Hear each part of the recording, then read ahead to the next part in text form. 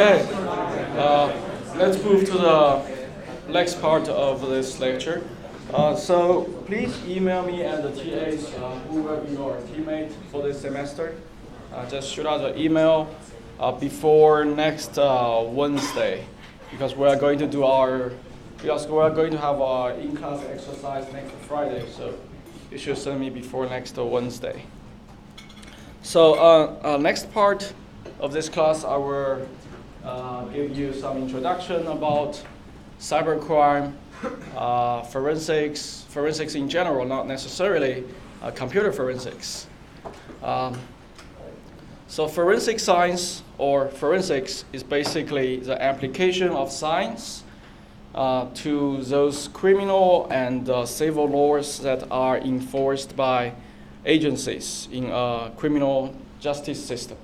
So forensics, in most cases, are associated with crimes. But like I said, in some cases, they are not necessarily crimes, but probably just some accidents or incidents. So forensics in general, you can use all kinds of science, all kinds of techniques you want to use or you can use, including chemistry, biology, physics, geology. Actually, most of the forensics techniques started from there, biology and chemistry, fingerprint, DNA, those kind of stuff. And computer forensics is relatively new. I've been there probably for 20, 30 years. So most of you probably already know a lot about forensics, the word forensics, from all kinds of movies, TV shows, and also SCI, right? And the SCI right now, they even have they have SCI Cyber, which talk about cyber crimes, more related to computer forensics, digital forensics. And usually as a computer scientist, we don't look cool like that. We don't have those devices. We only have computers. Okay. So a little bit history about the forensic science in general. I don't really know much about it. I just took this from the book. So you all know Sherlock Holmes and the author of it, Conan Doyle. I don't know how to pronounce that. So basically, he developed the character of Sherlock, and also he was actually recognized as the first forensic scientist, probably. So he popularized the physical detection methods in a crime scene. I don't know when was that, probably 200 years ago? I don't know. And later, this guy, he is called the father of criminal detection.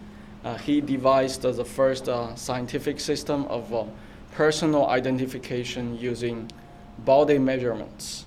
So you can see that before this and a long time after this, there was no fingerprinting. So right now, everyone is using fingerprinting. Fingerprint readers is even in your phone, on your phone. But this is way before that. They use body measurement to identify people. And fingerprint came around 1900, sometime like that. So there was a paper or something published by Francis Galton. So that is how they started using fingerprints to identify people. After that, people developed methods to determine blood type, only blood type, from dried blood stains. And after that, some other areas. So the previous several examples that we're talking about identify criminals. And there are also other materials involved in crime scenes.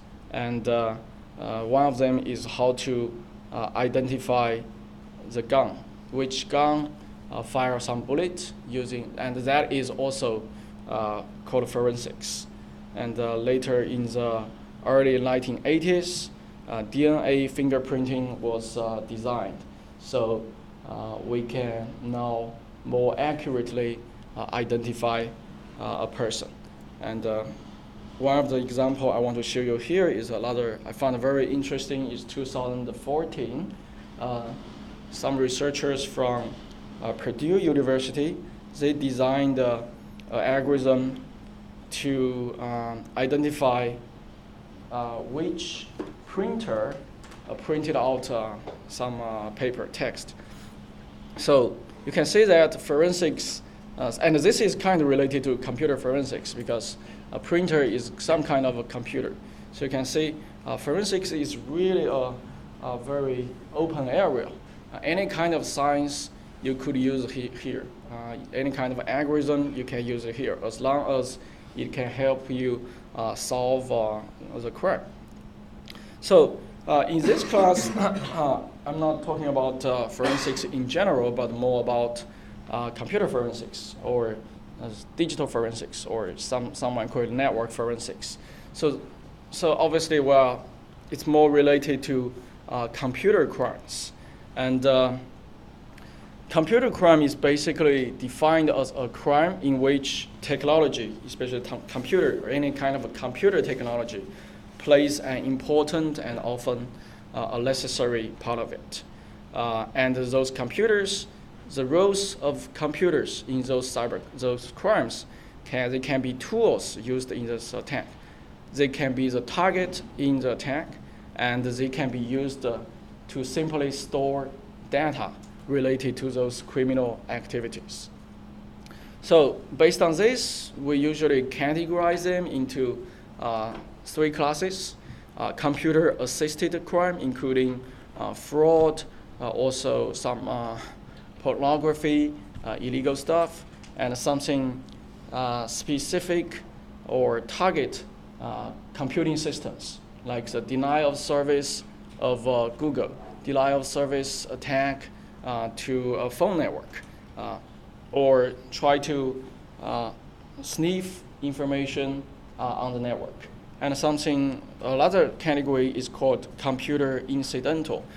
Basically, we're talking about those websites or whatever listing services. So technically, it's not directly listing illegal drugs or listing illegal services. So those are also related to computer, because computer are the hosting medium for those crimes. And some of you may already know the anonymous tool called Tor.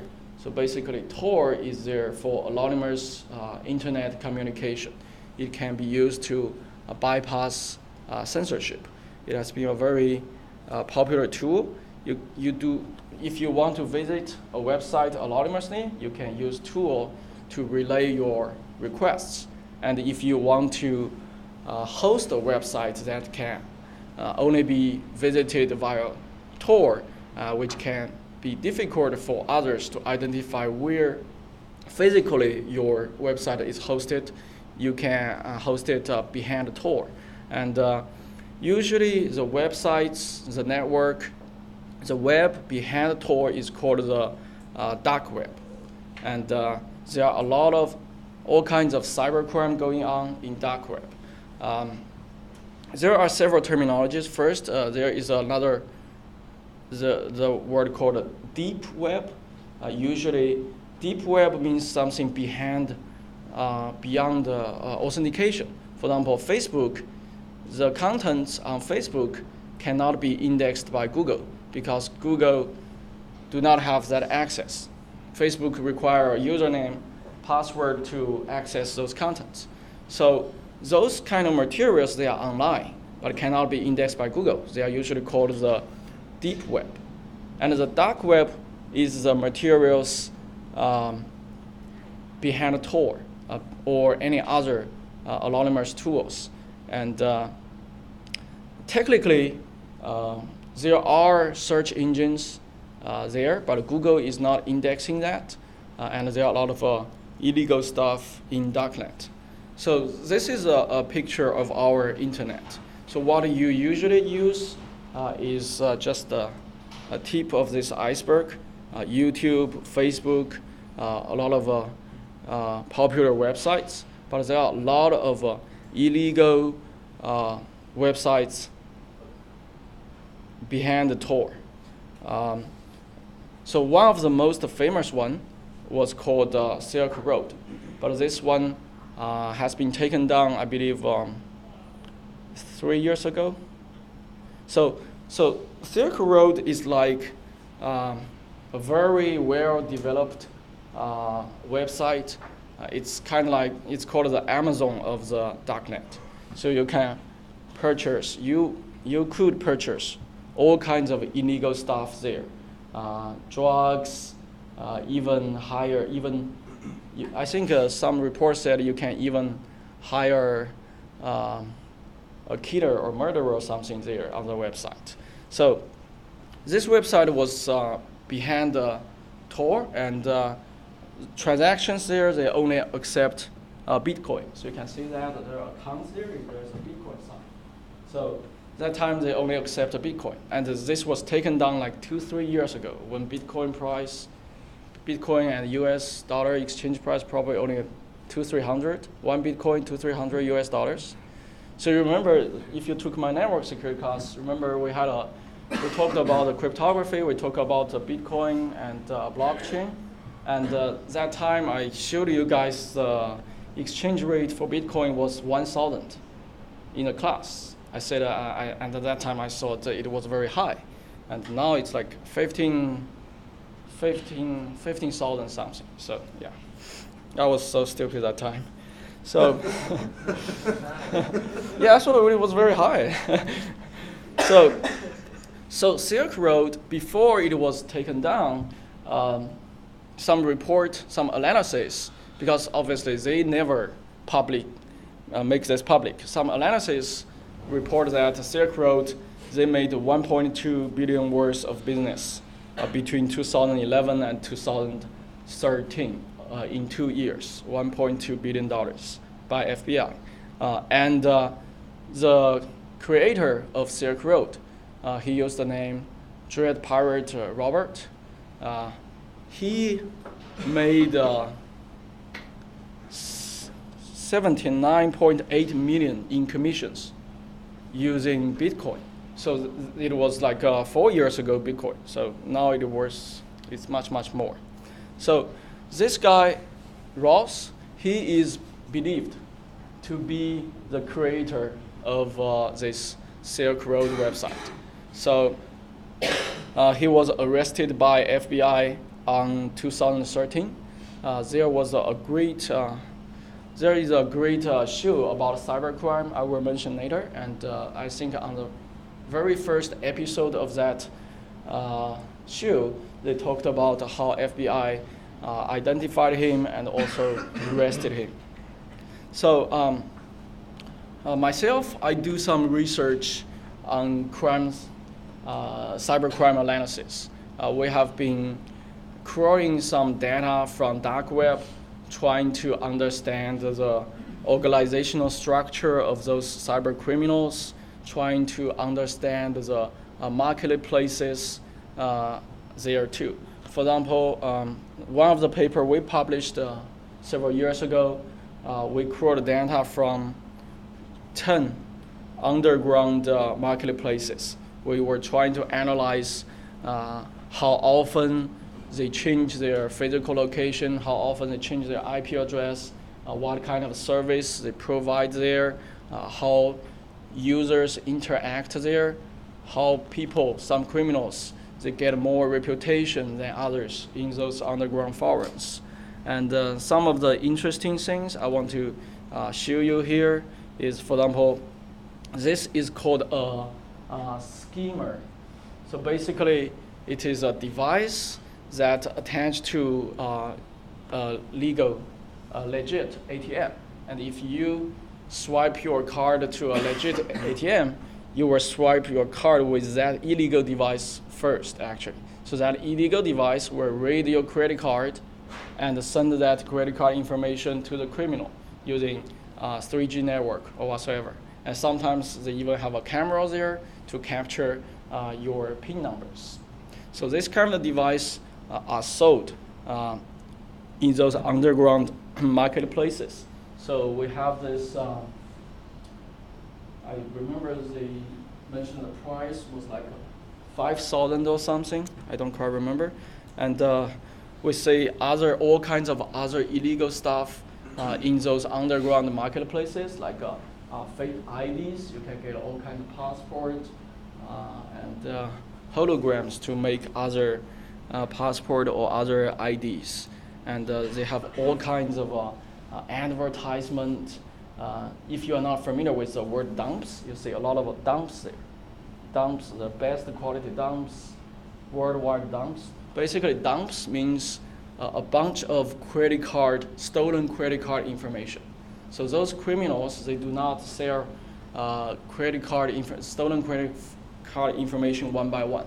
They sell like thousands of them, 10K of them for like for 20 cents each.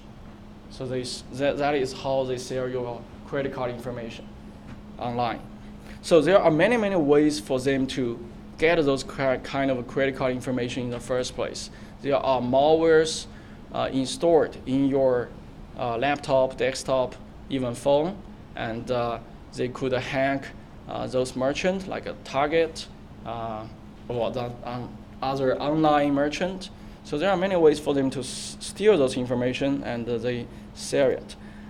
And we also find this kind of information like rent out or sell botnet. So botnet is basically a large group, a large network of compromised computers. So they can do a lot of things. First, you can steal information on each of those compromised computers, or you can ask those computers, the network of computers, to perform some kind of attack for you, like a DDoS attack to some website. So, for example, here in this post, we say the criminals are trying to rent out the botnet they own for a night and for some price. I'm not sure how much. So, this is a show I want to recommend to you. This is called Cybercrimes with Ben Hammersley. So this, I think it was on Netflix. I'm not sure if it is still on Netflix. So this one, the very first episode, they talked about Silk Road. They talked about how FBI captured the guy behind the Silk Road and what happened there.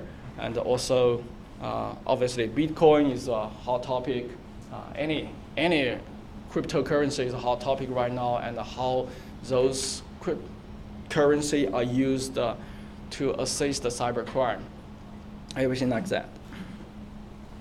So, cybercrime is really a huge problem right now. It's not a traditional bank robbery. So, some report said that average armed bank robbery, they were net $7,500, and 16% of the money can be recovered, and 80% of the criminals, they are behind the bar after doing this. But the cybercrime is a totally different thing. So it's white-collar computer crimes, taking about 10 billion annually, and this number was like several years ago. It will be much higher now. So 2 semesters ago, when I was teaching network security, I remember when we were having a class one day on Friday, there was a huge attack. IoT devices, a lot of IoT devices started attacking the DNS server. So in United States, that morning, Twitter, Google, a lot of websites were not available.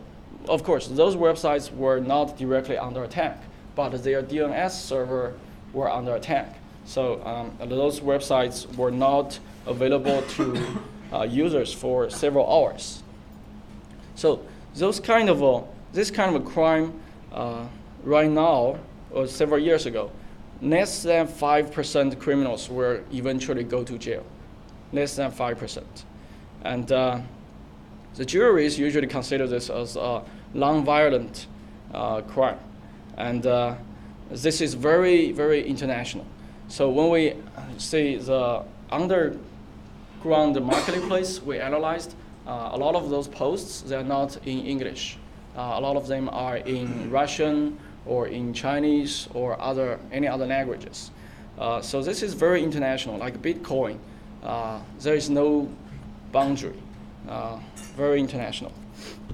And some of the incidents, there are all kinds of cyber crimes. One example is the Target credit card theft incident several years ago. So what happened is the machine in Target, you swipe your card, that machine and the computer was compromised. So all the customers' information, their credit card information, their names, their address was stolen. So this is huge because it's not like compromise your computer and steal just your information. They compromise Target. So 10,000 of users' information were compromised. And also we know that Xbox Online was hacked. So basically, if you follow the news, this kind of stuff happens every day now. Every day, some big service network, a web service was hacked. And so the reason we want to use computer forensics is try to obtain, analyze the digital information for those incidents and try to find evidence we can present to court. We can present in civil, criminal, or administrative cases.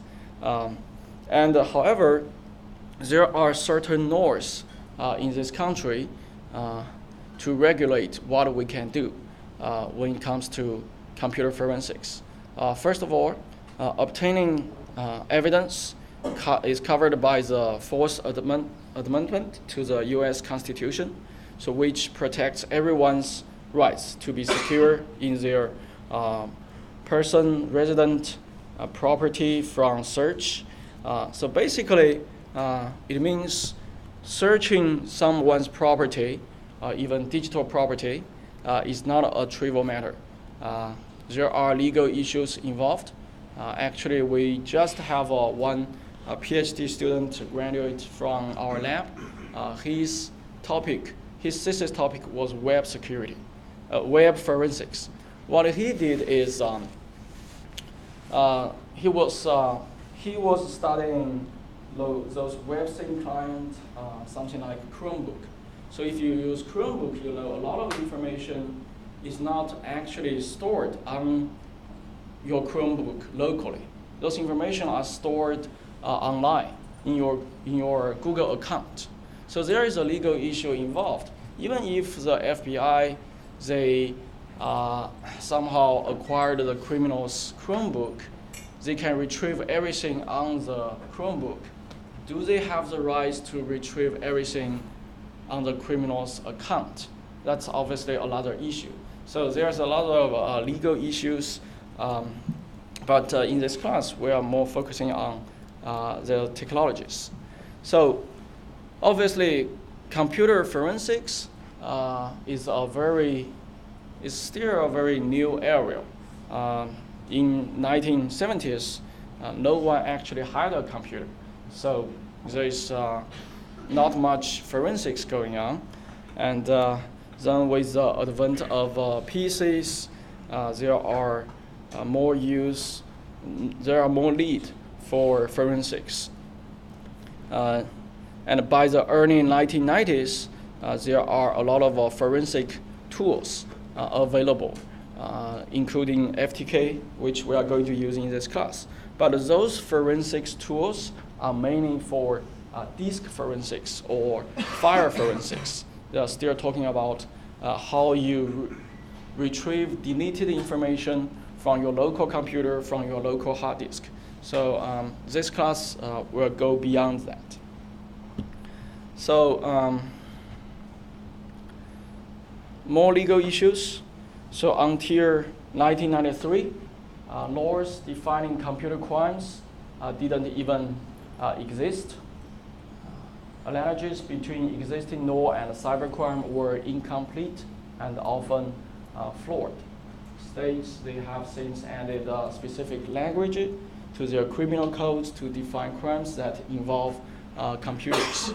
So things have changed dramatically since then, especially with Bitcoin and Darknet. Things are changing very fast. So if you attended the IA workshop, here we have every year, we invite the FBIs to give a talk every year, and usually they will talk about the recent discoveries they find on Darknet.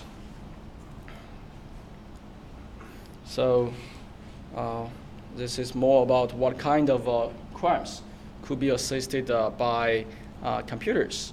Usually, no matter you are trying to solve a computer crime or other crime, you have to follow some legal process. And a criminal case usually will follow 3 stages.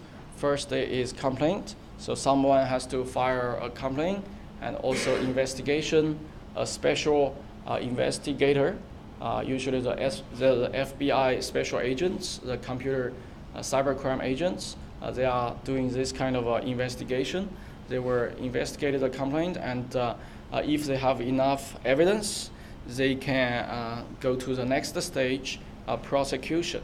So the prosecutor collects evidence and build a case. And there are several levels of law enforcement expert. For example, level 1 are those street officers.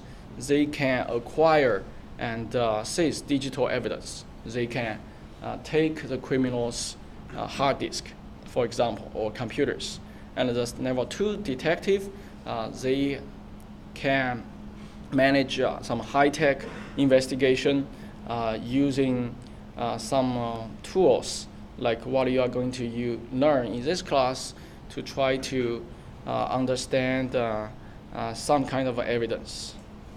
And they can define what cannot be retrieved from the digital evidence. And sometimes detectives, they need help from computer forensic expert.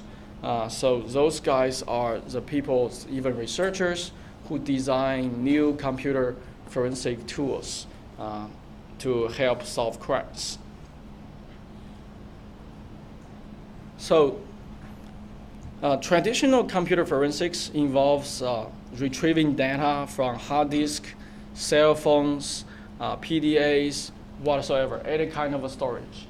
But what we're going to study in this class go beyond that. We will do network forensics. We're trying to extract hidden information in network packets.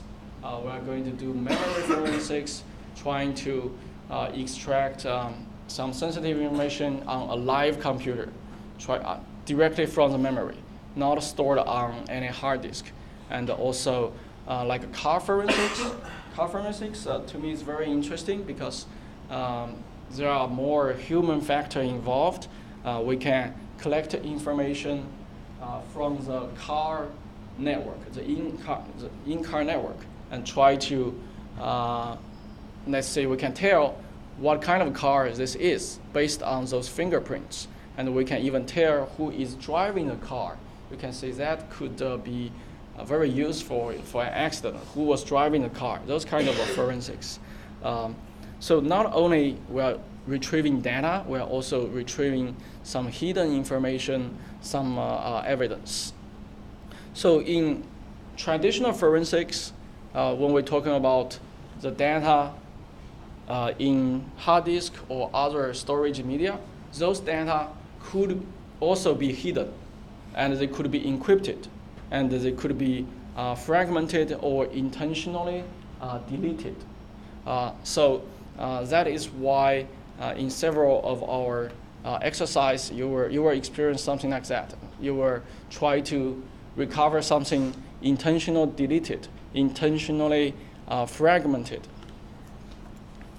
And data recovery and data forensics I'm talking about traditional forensics. They are very similar stuff. They probably use very similar technique. Like I said, even forensics and security, sometimes we use the same technique. Just the intention for you to do so, the perspective you approach the problem could be different.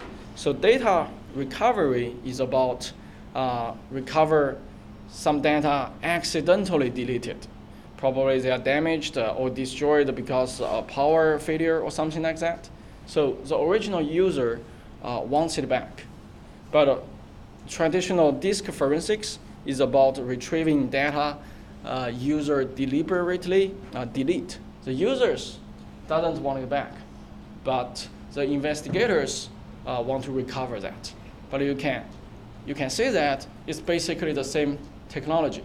It's just a different purpose, approach this problem from different perspectives. And security and forensics, like I mentioned multiple times, they're just two sides of the same coin. They're very related, sometimes just the same thing. So to me, what I'm going to teach in this class about computer forensics is we just want to figure out what the heck happened. No matter it's car, no matter it's memory, no matter it's hard disk, whatever. So traditionally, they're only talking about hard disk, files, those kind of things. So this is what I'm going to cover in this class. Traditionally, first disk forensics, file forensics, network forensics, email forensics, memory forensics, malware forensics, web forensics. Those are new. Those are very new stuff. I'm not sure if anyone else uses the word malware forensics actually. So, but I want to talk about malware analysis. So I use the word malware forensics in this class, and also car forensics. So all other materials is about. So disk forensics is basically just to acquire and analyze the data stored on some form of physical storage, include the recovery of hidden and deleted files, identify how many files are there, identify when and who created those files, and network forensics is to examine network traffic, including encrypted network traffic. Even if network traffic is encrypted, the content is unknown, we can still use some pattern analysis to extract some kind of evidence. The tools, there are a lot of sniffers available, and we can also use machine learning, data mining to help us extract more evidence. And email forensics is about study the source and content of email. So what we are going to learn is first we need to study the protocol of email, how the email was sent, received, relayed. Then we are going to try to extract, identify the actual senders, because a lot of things can be spoofed in email. And you need to put all the information together, try to identify who is the actual sender and the recipient of the email, the date, time when an email was sent. And internet and web forensics is kind of new thing, because especially web forensics is much different from traditional forensics. Like I said, the Chromebook example. So if you use Chromebook, you know everything on your Chromebook was actually encrypted. So even if a forensic expert somehow capture a Chromebook, there is no way for him to decrypt that without the key. So you cannot get the content. So one of our work in this area was, even though we cannot get the content of the files in the encrypted hard disk, we can still tell what kind of software has been installed on that hard disk based on some fingerprint. But this is totally different from traditional forensics where you are trying to recover the content of deleted files. Because in this kind of environment, it's just impossible to do so. But we still want to extract some kind of information that can help as the investigators, some kind of information that we can present to the court. And malware forensics, that will be probably the most interesting part of this class. And I will also mention car forensics. So for traditional disk forensics, the data we work with, they can be stored in all kinds of places, like tapes, and there are several ways to classify the types of it. For example, they can be archival, which means they are static, they stored on backup tapes, or they are active. The data is currently seen by the operating system, or forensic. So forensic means the data could already be removed by the operating system. So the operating system doesn't really see that data, but that data probably is not removed, is not actually removed physically. It's still there, or part of it is still there, but the operating system cannot see it. So we will get into this later, but it's not that hard to understand. Imagine you have a huge file which is like 100 megabyte. Then the header, the file header could be very small, could be several hundred bytes. So when the operating system deletes that file, it doesn't really remove it, the 100 megabyte from the hard disk. It will just change its own file system structure, probably change the file header of that file. So the operating system can reuse that disk area, but the data is still there. So the forensic analyst, what we can do is we can retrieve that data directly from the hard disk. We do not honor the operating system's view of the file system. We have our own view of the file system, so we can retrieve it. So that is basically the basic principle to recover deleted files. And obviously, to do something like this, you need to know how file system works. We will spend more than 2 weeks on this one, and also how operating system works.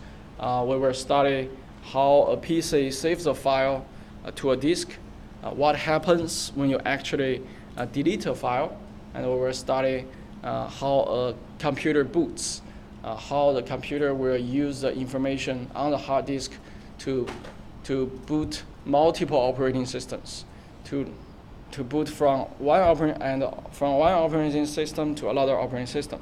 We are going to use several tools.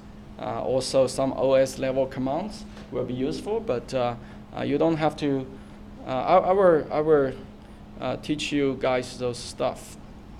So some of the tools we use for computer forensics, actually we have all of this in our lab, but it has been a while since someone used it, I guess. So softwares we're going to use this class, FTK, IDA Pro, like I mentioned. So basically, this is what I have for today. This is kind of short for the first week. Then starting from next week, it will be almost 3 hours. And please check the syllabus and also send me the name of your teammate by Wednesday. We're going to have our first day in class exercise next week. If you have any question, just let me know. Yeah. Just one quick